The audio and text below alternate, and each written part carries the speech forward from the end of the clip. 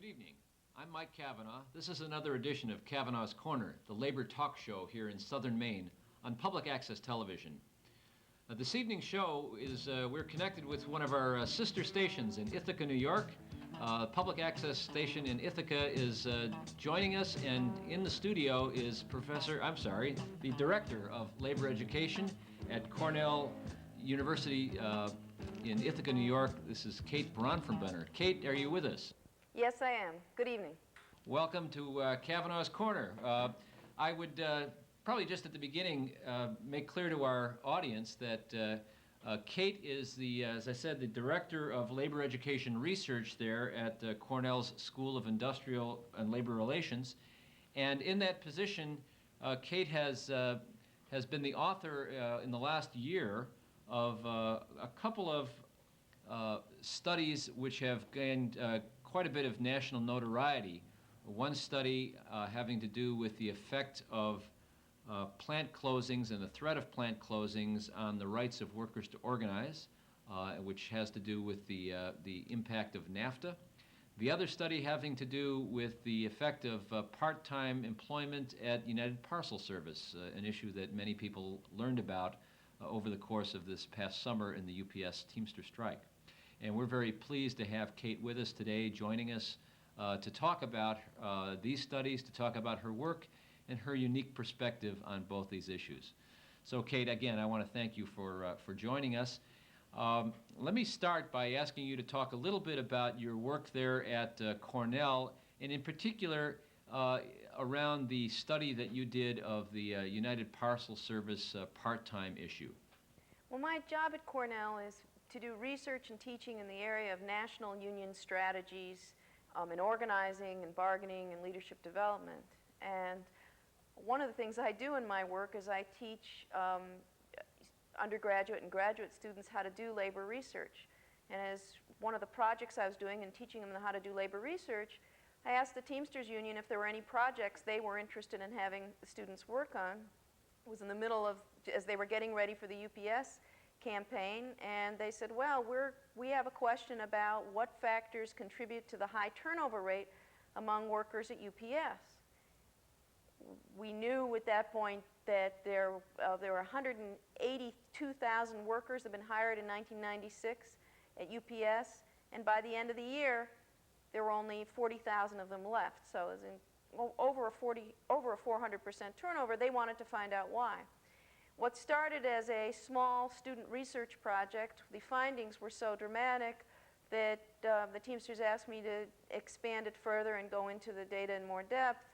And this June, I submitted a report to them summarizing my findings regarding why workers are leaving UPS, both part-time and full-time workers. And just for our audience at home, we have here in the office a copy of the study called Worker Turnover and Part-Time Employment at UPS, the final report of June 1997. This is the report that Kate was the project director on. And I think it might be fair to say, Kate, or perhaps you could explain this a little bit, but it may be fair to say that this report formed the basis of what became maybe the best known issue in a labor dispute in a long, long time, that being the issue of part-time workers at UPS. Right, the Teamsters started organizing for this campaign many, many years ago. And people ask why did this turn out the way it did? How is it the Teamsters ended up with such a great victory? It's because they ran a brilliant campaign. Under the leadership of Ron Carey, they won one of the most effective contract campaigns that we who study the labor movement have seen in decades. And part of what they did is they worked very closely with the rank and file to find out which issues resonated most with the rank and file and which issues resonated with the public the most. And the number one issue over and over again that came up was that the part-time workforce at UPS was tired of working in low-wage jobs, part-time hours they couldn't support a family on, and they wanted opportunity for full-time employment. And that issue came up over and over again. There were other issues, the very serious health and safety problems, UPS's attempt to take the pension away from union control. But the part-time issue was the one that was the center of the strike.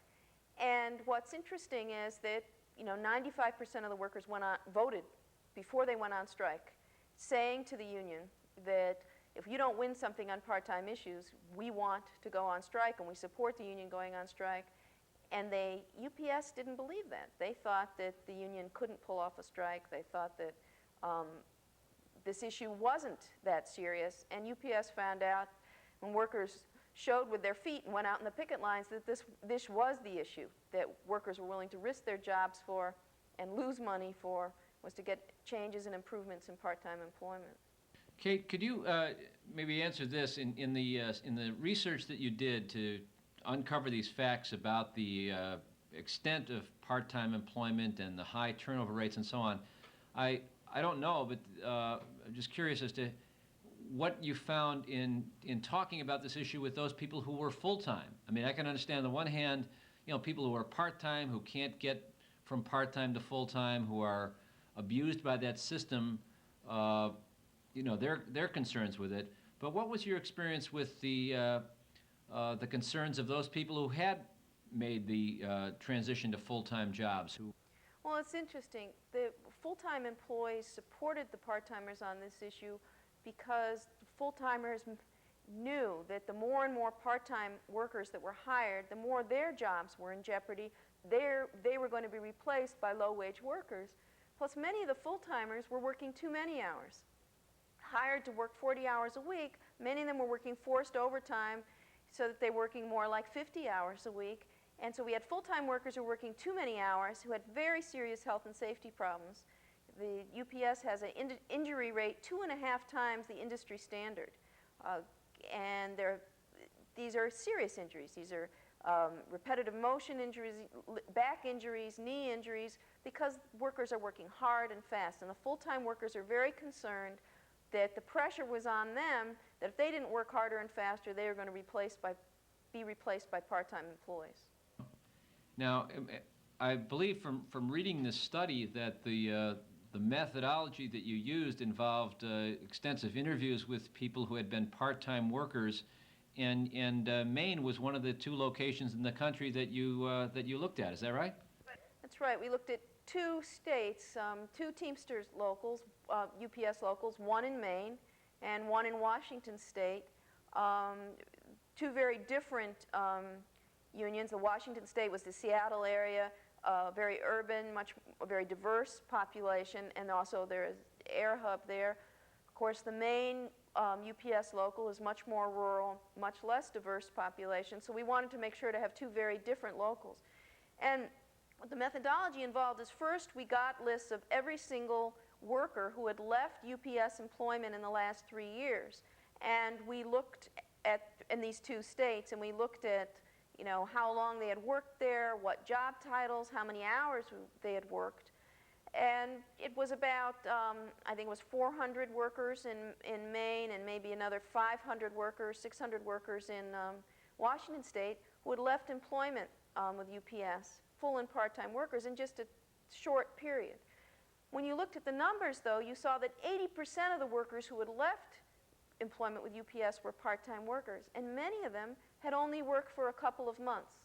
Some of them had only worked, 30 days. So that you saw that there was incredibly high turnover, and that very few of the part-time workers who left UPS had lasted there longer than 8 months. We, on an earlier edition of our show here in Maine, during the strike, within the first week or so of the strike, we had a chance to go and spend some time with Bob Piccone, who's the president of Local 340 here, who I know you know, and talk with Bob about the strike as it was happening, and then we went out to the picket line and talked with some of the striking workers here in the South Portland, Maine, at the South Portland, Maine location, and did have a chance to talk with 1 or 2 of the part-time workers as well. So, but it was only at that, in fact, at the show that we did with Bob that we learned about this study, and in fact, the fact that it really was Maine workers who were about half of the sample population that you looked at in studying this whole pervasive issue of part-time work. So we do feel a little bit of a particular connection to the whole thing here in Maine. Right. Well, there were some very particular issues in Maine too, which is a lot of the myths that were perpetuated in the media about the UPS strike, well, these were all young workers who were only looking for temporary employment, or they didn't want full-time employment. You know, they were going to school, or this was a temporary job. But we found, and the Maine workers in particular, is that the majority of these workers this was the way they were supporting their families, that they were looking for permanent employment. When they were hired by UPS, many of them were told, oh yes, you'll have an opportunity for a full-time job, a permanent job. And they worked for, around the holidays, and they were never called back, even though they were promised permanent employment. Others had taken a part-time job at UPS, couldn't support their families on the part-time job, and so had tried to get another part-time job. But UPS said, no, you have to be available for us because we might expand your hours at any time, or we might change your hours. And so they were unable to hold down another job necessary to earn a living, and so they had to leave UPS because they couldn't support a family on the UPS wages. Now, Kate, you have studied a lot of issues around the labor movement and probably labor markets in general, and I'm sure you've got a wealth of experience about this issue. Is it safe to say that UPS sort of, was the tip of the iceberg in terms of this whole transition of our economy from full-time to part-time jobs? And is it in fact also true that perhaps things are for part-time workers even better at UPS than for an awful lot of part-time workers in this economy? Absolutely, they're better for part-time workers at UPS because part-time workers at UPS have a union, and that union has fought for them very aggressively. So they not only have benefits, which very few part-time workers do, but they're much more likely to have protections against arbitrary changes in their hours and in their schedules. What we see is that part-time workforce and growth in the part-time workforce represents just one piece of the changes in our economy from a workforce of permanent full-time jobs to part-time jobs, temporary jobs, contracting out, downsizing. It's all part of the same piece. It's the underbelly of the economic growth.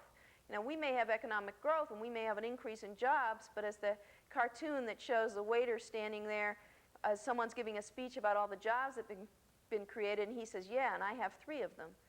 What's happening is that our economic growth has been built on the backs of workers who've had their jobs degraded, their hours cut, their benefits cut. And the cost to those workers and to our communities is extremely high.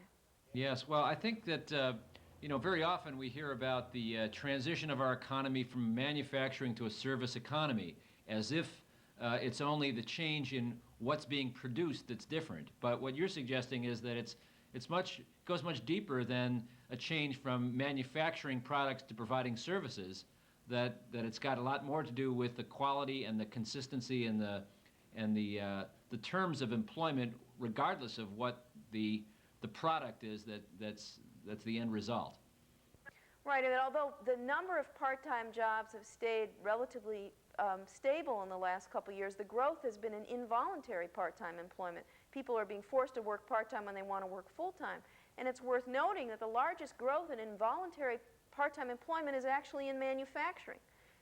And we are seeing more and more manufacturing work contracted out, where a factory will hire an entire workforce through a leasing agency like Manpower to run a factory. So I think we see that this is not just a matter of a service economy. This is the nature of the present American economy. And I think the public support for the UPS strike shows that the American public is saying enough is enough. We are very frightened and disturbed by these trends, and we think employers have gone too far. Let's talk about that for a second, because I think one of the things that caught a lot of people by surprise was this whole issue of the broad public support for the Teamsters Union, and that seemed to be something that one might not have guessed would likely happen. Given the all of what's gone on over the last 2 decades, the fact that it would be a strike by the Teamsters on the part of workers who are relatively well paid in this economy, that would somehow capture the imagination and capture the support of lots of people. Various studies, various polls showed, better than majority support for the strikers among, across all segments of the society. What did you learn from that? What did you see when you saw those polls come out? First off, I guess, were you surprised? You do a lot of this sort of research and polling and analysis. Were you surprised by the level of support, and what do you think it tells us? Well, I was not surprised in the sense that I had seen the hard work that the Teamsters Union had done for the last 3 years to work very closely with their rank and file members to get them out there in the community talking about this issue. Without that work, the union would not have gotten the public support. I mean, there were many people who tried to say, oh, Kerry took the union on strike just because of the problems he had had with his own election, and this campaign started long, long before there was any even talk of the election for Kerry. This campaign started more than 3 years ago, and there was a lot of legwork done in the workplace and in the community to educate workers and the public about these issues. You can look back and you can see the Teamster magazine, you can see the articles, you can see the press packets they prepared, so they worked very hard. I think also that the tide is turning all over the country. You saw that, for a while, in the early 90s, corporations, one after another, were boasting about how they were downsizing and laying off. We laid off 20,000, we laid off 30,000, aren't we great? And when it came to the AT&T layoff just a couple years ago, when they laid off 40,000 workers, suddenly AT&T discovered that the public didn't like that. And since that time, employers have been much quieter about celebrating their cutting of jobs. I think that public has also seen this dramatic increase in CEO salaries and benefit packages where the average worker makes 200 times less than what their boss makes. And that is people are saying, wait a minute, if it's one thing if the whole economy is booming and growing, but when we have wage stagnation and we see funding being cut for schools and health care, how do we justify this against corporate leaders making 200 times what they were, and all these investors and financiers who are making great profits on companies that are laying off and cutting jobs? So I think that all fueled this. The other thing is that the labor movement in America is changing. And 5 years ago, you almost got no labor press, no positive press. You might get footage of workers on strike or an article about union corruption. You never got stories about organizing. You never saw labor in a positive light in terms of the political process. Since the election of the new leadership of the AFL-CIO, since unions like the Teamsters have started to organize and bargain, since unions like your union have been building a labor movement among low-wage manufacturing workers in parts of the country where no one thought they could, we are starting to get stories in the media that are very public, and that is very positive, and that is, I think, also had an impact on the public where they're starting to say, wait a minute, maybe this labor movement fights for us. The other side of it, though, is that every single American citizen was probably inconvenienced in some way in the UPS strike. There's probably no other company other than the Postal Service that touches as many people as UPS, but American people had positive relationships with their UPS drivers, and so we're willing to give them the benefit of doubt and say, yeah, this is inconveniencing me, but I'm listening to you and your issues matter. They resonate with me. I support you. That's very significant. I think it was quite interesting that the strike was personalized for so many people that way, and because of this sort of unique relationship people have with the UPS driver and how recognizable they are with the the brown trucks and the brown uniforms and so on. I mean, they have a very good reputation, and I should just tell you, Kate, that here on Labor Day a week or so ago, we had the minor league baseball team in Portland is where we sort of brought lots of union members for a Labor Day outing to the ball game, and had the first pitch thrown out by a kid who was won the right to do that through a drawing as a son of a union member. And anyway, but we had the ball delivered to the pitcher's mound by a UPS driver, and that of course brought the crowd to its feet, and lots of applause for for the striking at that point the victorious Teamsters, and to me that was just pretty significant. I can't think of too many other situations where there would be such support, such sort of an outpouring of demonstrable support for for a union, and I think that probably augurs well for all of us that the Teamsters were able to capture that and really personalize who the labor movement is. And I know that's something that we try to work on in the labor movement. That's something that your work has, I think, contributed to greatly, is trying to get put a human face on who the labor movement is.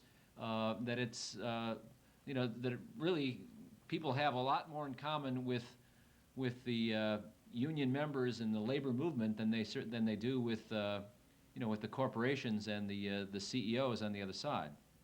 Right, and UPS didn't understand that. UPS underestimated the Teamsters. They also underestimated the public. I mean, they really miscalculated. I think they forced the strike because they thought they would get the union to back down.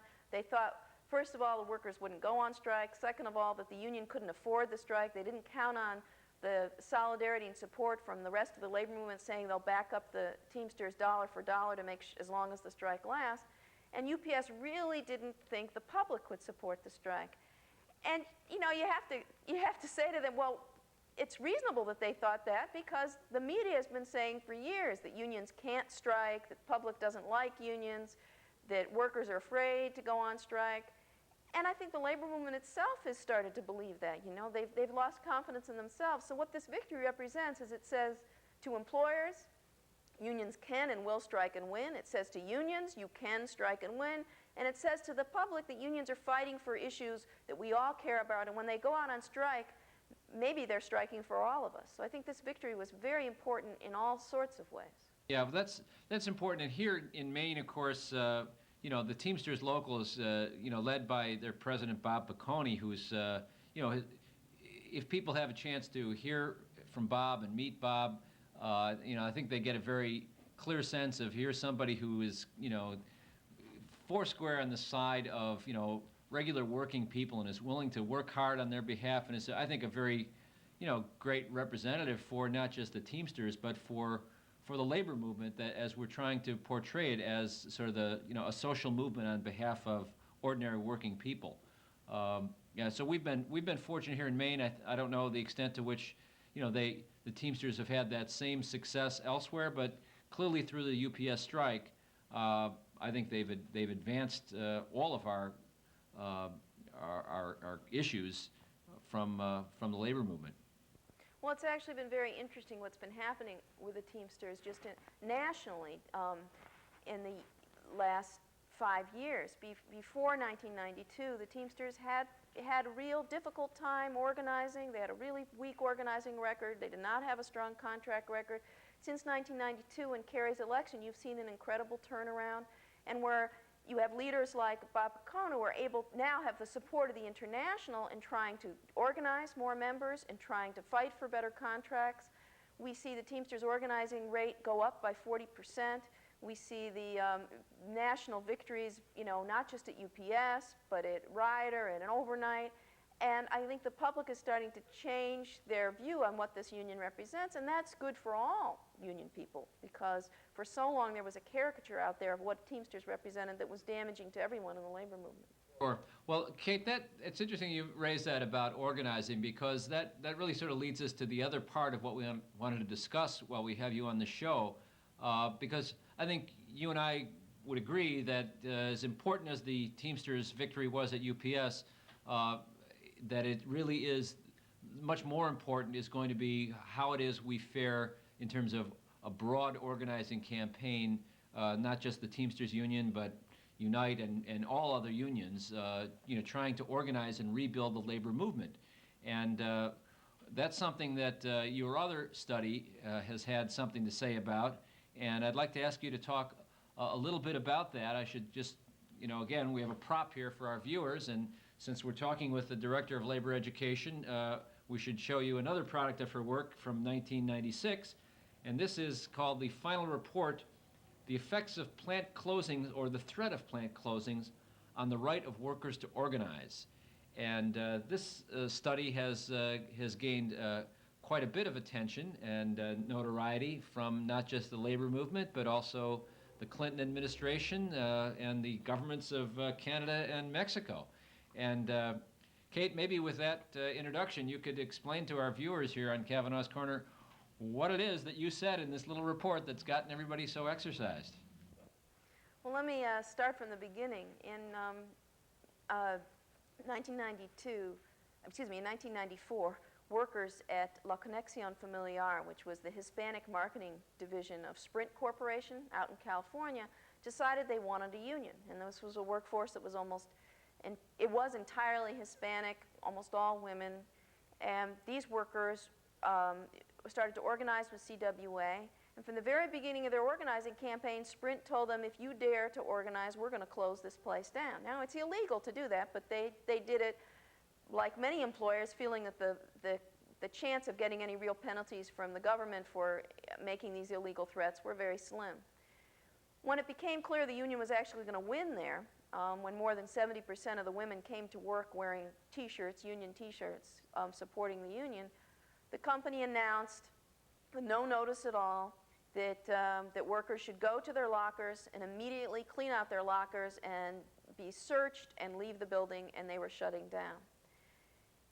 Now, the union filed charges through the National Labor Relations Board, but at the same time, the Mexican labor movement filed charges under the NAFTA Labor Side Accords, saying that the U.S. was violating its own labor laws, that Sprint was violating U.S. labor laws and should be investigated for these violations. And under the side agreements of NAFTA, which don't have a lot of teeth, but what they do have is a requirement that when these charges are filed, that the labor secretaries of the three countries get together, so in our case it was Robert Reich, get together and meet and decide how to investigate this issue. And they decided there should be a public hearing into what Sprint did, and there should be a study on the effects of plant closings and threats of plant closings in the three countries, the U.S., Mexico, and Canada. I was called as an expert witness at the hearing in San Francisco in the spring of 1996, and in the aftermath of that hearing, I was asked by the Secretariat if I would conduct a study specifically looking at these closings and threats of closings in the U.S. So I conducted a study. It's the largest study of organizing that's ever happened in this country to date, looking at over 500 organizing campaigns, and then following up in the cases where the union did win the election, looking at the first contract campaigns, and looking at just how it was that employers acted during organizing campaigns and how often threats of shutting down or contracting out all or part of the workforce came up, and then in how many cases they actually shut down. And although I've been doing this research for many years and had studied this question in the 80s, I was frankly surprised at the results. Things were much worse than even those of us who have been very closely looking at this issue had thought. What I found in my findings is that the majority of employers threaten to close all or part of the facility during organizing campaigns. Even though it's illegal to do so, the majority make these threats. More importantly, if you look at the industries where the threat is real, such as manufacturing and transportation, and leave out industries such as hotel and nursing homes and healthcare, because you're not going to move a hospital in Mexico, but you could move a factory. If you look at those industries, the threat rate is over 62%. And these threats take all sorts of forms. Some are very subtle. You'll have the president of the company meeting with employees and say, well, until the happenings of this year, I thought we were going to be here and have a good life here, but now I'm beginning to wonder whether maybe things look better south of the border. Now, not a very clear threat, but certainly a threat. On the other side, we found a significant number that were very clear, specific threats. Over 10% of the employers specifically said, if you unionize, we will move to Mexico. And many of them posted maps on the wall, bright, shiny maps. I know that you and your union have seen these several times, where they just would have a map of the U.S., Mexico, and with a bright red arrow pointing from the U.S. to Mexico. No words, but a very effective message. Some of the most dramatic cases, one of them was IT&T Automotive in northern Michigan, which hired a Mexican film crew, brought them up to film the workers on their jobs, to learn the jobs, and then in the middle of the night took an entire assembly line, wrapped it up in pink shrink wrap, put it in the parking lot with big signs saying, Mexico transfer job. The union, as the UAW, had gone into the campaign with 2-to-1 majority. Well, the workers were truly frightened, and the union lost the election. Not a surprise that would happen, and as you say, our union has experienced that. I mean, we've seen more than enough of it to know that what you report in this study is real. In fact, it's just expected at this point. I mean, the kinds of threats to which you refer almost don't need to be made even implicit. They're there. They you talk to workers in a plant about organizing, and they just have an innate sense that they know the employer has other options, which include moving their operation to a more friendly climate, i.e. across the border. I mean, people are well aware of that fact. And your study, Kate, was, and I didn't mean to interrupt your story here with this, but we should go on to say what happened when you did this study, and how was that then released? What sort of response did you get? Well, part of I think that when the Secretariat asked me to do the study, they thought I was going to find evidence that these threats were being made, but they didn't think the evidence would show any dramatic increase since NAFTA was passed. And not only did we find that the threat rate was almost doubling, we also found the actual number of plant closings went from being about 5% in the years before NAFTA to being 15% in the years after NAFTA passed. And that what we saw in the research is that employers were emboldened by the economic and political climate created by NAFTA to break the law and make these threats more and more, and that they just had to whisper the words NAFTA, and workers were afraid. But more importantly, employers everywhere, and this is quite legal, in organizing campaigns were circulating newspaper clippings of plants that had moved south of the border, and those articles and articles about NAFTA were used to help intimidate workers in the organizing process. So I completed the research. I submitted my report to the Secretariat. I was told by the Secretariat that they were quite pleased. It was a 56-page report. They then incorporated it into a larger report, and they sent me copies of the section summarizing my findings. And although they certainly didn't put in the part where I criticized NAFTA and talked about NAFTA's role, they put in all the details, including every single table summarizing my data. And they submitted that report, as they were supposed to under the labor agreements, to the governments of Mexico, Canada, and the U.S. And I basically waited to hear under the side agreements. The government is supposed to have 45 days to report back to the Secretariat about what kind of changes they want in the reports. Months went by, and in December, I submitted it as basically beginning of October.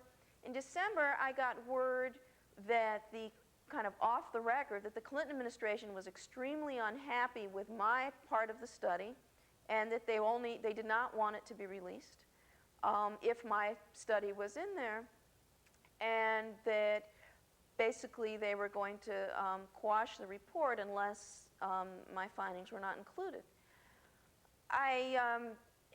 I had been getting lots of calls from the press asking me whether they could get copies of my study, and I had held off. I was going to, allow the process to take its normal time, but now that time had gone, and when I heard that the Clinton administration was trying to quash it, and reporters called and asked for copies, given I had complete control of the research, I had never signed anything that gave the government control of it, I decided to release my report to the public, and the Secretariat agreed that I was perfectly within my rights to do so. So that when the media called me, I sent them copies. Well, suddenly there began a kind of media war with the media. I had got hundreds of media calls asking for copies. There were lots of stories in television, radio, and in newspaper all across the country about the suppressed study. And it ended up getting much more coverage than it would have if they had just released it normally. The Clinton administration kept denying that. They just said, well, we're just following the normal procedures. These things take time. January went by, February, March, and the report still wasn't released. In the meantime, people in Congress started to hear about it. Senator Hollings' office, Gephardt, Bonnier, and other representatives from all over the country, and they started to push the Clinton administration. Why are you suppressing this study, which has results that are very pertinent to our decisions of whether we should renew fast-track authority in Congress this year? the pressure built so much that the Clinton administration finally decided that the study should finally be released, and this was in late May or June. And when it was finally released, my piece of the study had gone from being 30 pages to being 1.5 pages. And their final report basically said, yes, there is a problem. Employers do, threaten to close in all these countries, but that it's being taken care of well by American labor law, and American law is working, and the only thing we recommend is there should be further study. Well, and that's where we are today. That's those labor side agreements that we were told so much about 4 years ago when NAFTA was first passed. That's essentially the result of them, is the case that Kate just described, which has led to essentially the suppression of information that was not convenient and didn't fit into the overall plan that the administration was representing. I would suggest probably it was the corporate plan to extend trade without any strings attached and any rules and the guidelines that need to be followed insofar as labor standards are concerned. Well, you mentioned in the course of that, Kate, that this was something that was being discussed this summer, because the question was, well, how did this report and how did this evidence that you uncovered fit into the decision that Congress is being asked to make in the next few weeks about extending fast-track authority for the potential of extending trade agreements like NAFTA to other countries in Central and South America and the Caribbean. And perhaps we could talk a little bit about that issue, because you correctly point out that organizing workers is extremely difficult under the best of circumstances. We don't have anywhere near the best of circumstances that face us right now, and the extension of fast-track authority and the extension of these NAFTA-type agreements would probably, if your report is onto something, and I think it is, would probably result in even greater difficulty for workers organizing in the future.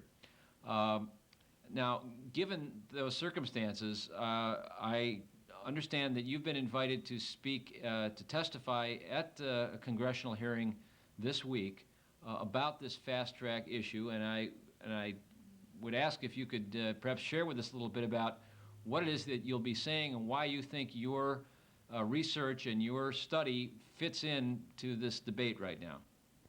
Well, it's important to understand what fast-track authority really is. What fast-track authority is, it gives the president the ability to make treaties and negotiate treaties without any input from Congress and therefore from the American people. And the only right that Congress has is, once the president brings back the treaty, they have the right to vote it up or down. They have no input into the actual components of the treaty, which is, of course, very different than the way when our founding fathers put together the Constitution. There was a whole idea of checks and balances, and it takes away that power of Congress, and it takes away the voice of the people in the process. But the other thing about fast-track authority is that the whole idea of it is to expand NAFTA and give the president the power to do it without loading it down with labor side agreements, which are what Congress added in, and without any environmental and labor protections. What my research shows, and it's an issue that has shown to, more than anything with NAFTA, have resonated with the American people, is that that NAFTA is not just about plant closings and plants shutting down and moving south, but the ripple effect for NAFTA goes much further than that. The NAFTA has created a climate where workers are afraid to ask for wage increases. They're afraid to organize in a union to improve their working situation. They're afraid when they go to the bargaining table, because they're afraid if they ask for wage increases, their employer will threaten or follow through on the threats and shut down. And so NAFTA has contributed not only to job loss, but to actually the terrible wage stagnation we have in the country. It has kept wages down and has kept workers from organizing and exercising their rights. And for employers, it explains why so many of America's biggest employers fought so hard for NAFTA. In fact, Citizen Action did a study and Public Citizen did a study looking very carefully at which employers had fought hardest for NAFTA and found that that half of them were employers that I had found were using NAFTA to keep organizing from happening in their workplaces. So that there is a connection here. NAFTA has been very good for corporate America. It has not been good for American workers and communities. That's why I've been called to testify, and the others are going to go speak. It's actually not a hearing. It's actually what's being called a teach-in, a congressional teach-in for members of Congress to be chaired by Dick Kephart and David Bonyer, and I'll be joined on the panel with President Sweeney of the AFL-CIO, and then Harley Shaken from Berkeley. Well, here in Maine, Kate, we've been talking about NAFTA since the first fast track debate and vote on this question back in 1991. Over the course of this summer, we've had a chance to talk with our members of Congress up here, Congressman Tom Allen and Congressman John Baldacci, who are both Democrats who've both been fairly supportive of the AFL-CIO and labor issues, and both of whom are being lobbied very heavily by the administration and by the Business Roundtable. Now, what we found is you mentioned the fact that large corporations are spending large sums of money to influence the outcome of this congressional vote. There's as you're probably well familiar, an organization called the Business Roundtable, which is made up of some of the very largest corporations in the country who've organized a $3 million campaign, which is small change for some of those guys, but they've kicked in $3 million to organize a grassroots campaign. Heck, they may be using public access television.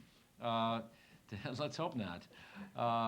But nonetheless, they are putting serious dollars into an effort to try to convince certain key members of Congress, and a couple of them are here in Maine, that that fast track is just what the president needs to be able to go out there and negotiate trade agreements, and that international trade is inherently a good thing, and that we will all be better off for it. Now as we sit here on September the 9th. The president tomorrow is going to be unveiling his fast-track proposal. We haven't seen the language yet. I'm sure that you're going to be testifying at this congressional teach-in the day after the president unveils his proposal. And I think one of the key issues that we're forcing them to deal with is at least some rhetoric about labor and environmental standards. And as I do think that the work that you did with your report, as well as, efforts that have been ongoing by unions and citizen groups and environmental groups over the last 3 years, has forced the administration to recognize that this question of labor and environmental standards is kind of key to them getting enough support to go forward. And I wonder if you might comment. I realize you haven't seen the language of the president's proposal yet either, but I wonder if you might comment as to what you think would constitute, from a labor perspective, an appropriate type of trade agreement. What are the kinds of standards that ought to be included in any kind of trade agreement for us to consider? Well, first of all, there has to be some teeth in there. The current labor side agreements, basically the only penalty for an employer who violates labor laws in their country is that they go to a hearing. They might have a hearing and there might be a report written, but there are no penalties possible. Sprint Corporation for shutting down, and they've been found clearly guilty of that by the NLRB, shutting down their facility, and 50 other egregious violations of the law. The only penalty they were given under U.S. labor law was that they have to offer these workers some other job somewhere in the country. These workers never got the union that they had fought for, and the only penalty Sprint got out of from the labor side agreements was a little bad press, and that was the extent of it. So they have to be teeth and penalties. The penalties could include that you're not covered under NAFTA unless you enforce the laws in your country, and that companies that violate those laws are not eligible to trade. There has to be clear-cut standards set for what labor laws are and environmental standards. Fast track would eliminate all of those, would eliminate labor and environmental standards completely from the package. So we're talking about a process that's going to make NAFTA even weaker than it is now. And we haven't even come close to having the kind of regulations and standards that would be necessary to protect communities and protect workers. I think one of the, there's a lot of talk about free trade and how good it is for the U.S. economy, and what we've discovered is that NAFTA has been very bad for the U.S. economy. Yes, exports have increased about 34, 36%, let's say, with Mexico, but imports, low-cost imports, have increased 80%. So our trade balance has rapidly declined, and that's contributed to job loss. Mexico economy was literally blown up by NAFTA and is in a great state of crisis. And Canada has suffered a great deal. Canada has actually, since they signed an agreement with the U.S., Canada's become more and more like its southern neighbor. That's us. And their laws are weakening, their environmental standards are weakening, their labor laws are weakening. And what NAFTA is doing is bringing everybody down to the lowest common denominator. We need trade agreements that do the opposite, that bring all countries up to the highest common denominator, and that's very difficult to do. Some say, well, since that's impossible, we need the trade anyway, and the answer that I would give is that free trade comes at much too high a price for American workers and American communities. Well, I think, that certainly has been the rap that's been put on us, for years, is that we're Neanderthals about this issue and that we refuse to recognize the world economy and that we become irrelevant to the debate. And one of the things that I think we are beginning to turn around a bit is the notion of, who labor is speaking for, and that, we're not sort of speaking in the narrow self-interest of some privileged class of workers, as some of the press would have you believe, and certainly as our corporate adversaries would have people believe through the press, but that we're speaking in the interests of, a large segment, a majority of working Americans and American families. And on this issue, this is something that Congress has to decide. They have to decide this in the next month or so. And, Congress is supposed to be our elected representatives. They have a job to do to represent the interests of all the people of the country. And what the Congress is going to be voting on, of course, is whether or not to abdicate its responsibility. I mean, fast track essentially is giving up their authority to have any input into this negotiating process whatsoever. They're going to be a rubber stamp, either yes or no, if they adopt fast track. And it's sort of an amazing, the more you talk about it and the more people focus on this issue, I think, and I'd be curious to know your opinion about it and what people maybe in Ithaca, New York think about this, but it does seem that people might come to recognize that as Melvin Burke said, the professor of economics here at the University of Maine in Orono, who was a guest on our show earlier, he was conversing with Congressman John Baldacci on this question a couple days ago, and he said to the congressman, well, if we have fast track, what do we need Congress for at all? And I think that's sort of a fundamental question. What is the point of Congress if they abdicate their responsibility to look out for our interests at all in trade negotiations?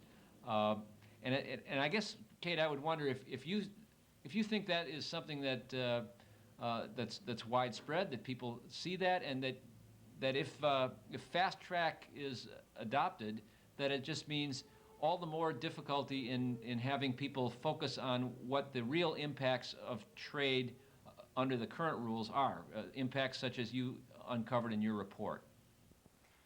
Well, I think that polls have shown that the American people do oppose NAFTA, and they oppose it for all sorts of reasons. They oppose it because of all of the promises that were made, in the campaign to get NAFTA passed about how it was going to help the economy. All of those promises have fallen flat on their face. In fact, Clinton has admitted that. He said, well, no, NAFTA seemed to not have had a very slight impact, and yet they promised the moon. The public, I think, is very cynical about that. They're very concerned about the job loss. They're very concerned about the weakening environmental standards. And they're concerned about this issue that NAFTA has given employers more power to threaten and intimidate workers. The problem is that the public doesn't get to vote on this. And is Congress listening? It's going to take, first of all, it's going to take the labor movement and other citizen groups really organizing the public to get their voice heard and let Congress know that the American people believe that Congress should be doing its job. And they're going to have to counter, very aggressive corporate lobbying for NAFTA. One of the interesting things about fast track, of course, is that the people would be completely shut out of the process. But corporations would still be able to aggressively lobby the president and other officials who are doing the negotiating, so that it keeps the public out, but it doesn't stop the lobbyists. Yeah, it's in fact just this morning. I don't know if you heard. Public radio was reporting Kevin Phillips, who's the if you heard the Kevin Phillips report, who is a Republican pollster and columnist who took a very strong and aggressive anti-fast track position today in his commentary, which I thought was pretty interesting, and making the point that from his own unique perspective, but nonetheless making the same point that it is the case that corporate elites, and that's not the words he used, but really corporate elites are the ones who are writing the laws, and this would formalize the process.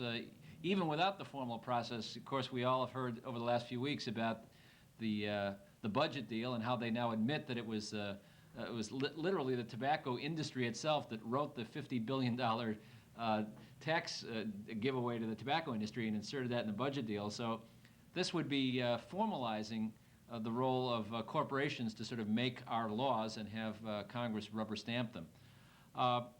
Well, Kate, we'll know more about that, and after you have a chance to speak down in Washington in the next few days, I'm sure there'll be a lot more attention paid to this issue of fast track.